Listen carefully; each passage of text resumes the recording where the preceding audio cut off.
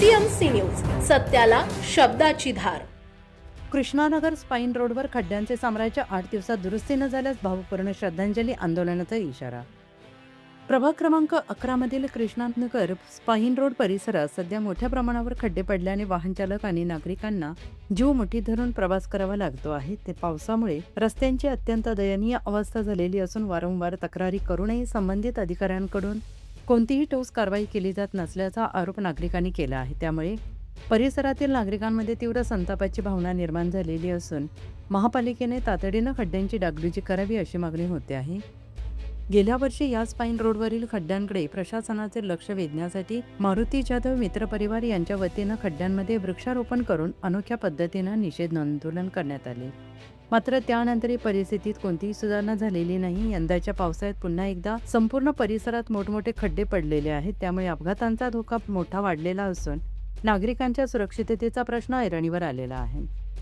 दरम्यान पिंपरी चिंचवड महानगरपालिकेने शहरात सुमारे 560 खड्डे असल्याचा दावा केला असून गेल्या वर्षभरात खड्ड्यांच्या दुरुस्तीसाठी 150 कोटी खर्च केल्याचं सांगितलं जातं आहे। मात्र प्रत्यक्षात रस्त्यांची अवस्था पाहता हा निधी नेमका कुठे खर्च झाला याची अधिकाऱ्यांनी सखोल चौकशी करावी अशी मागणी करण्यात आलेली आहे।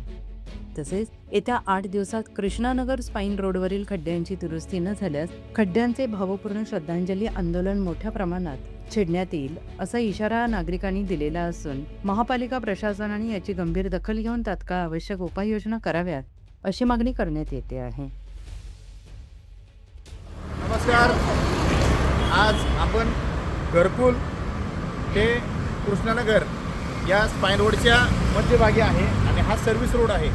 सर्व्हिस रोडवरती किमान दोन्ही साईडला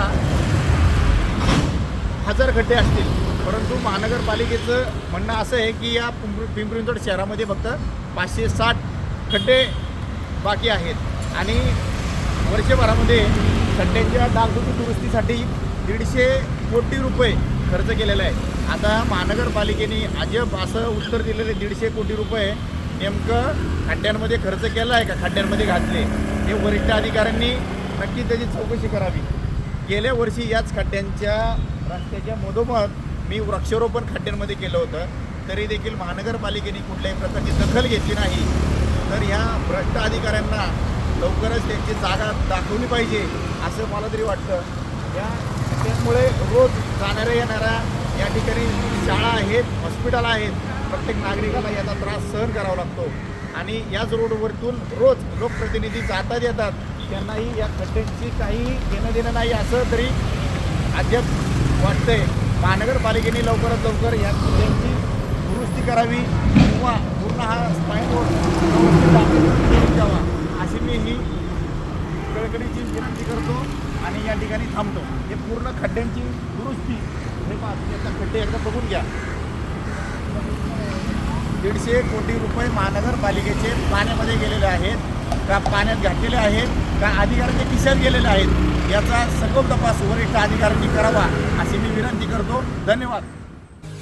पुणे तसेच पिंपरी चिंचवड परिसरातील महत्त्वाच्या बातम्या पाहण्यासाठी आजच आमच्या डिजिटल PCMC न्यूज चॅनलला सबस्क्राईब करा आणि बेल आयकॉन प्रेस करा।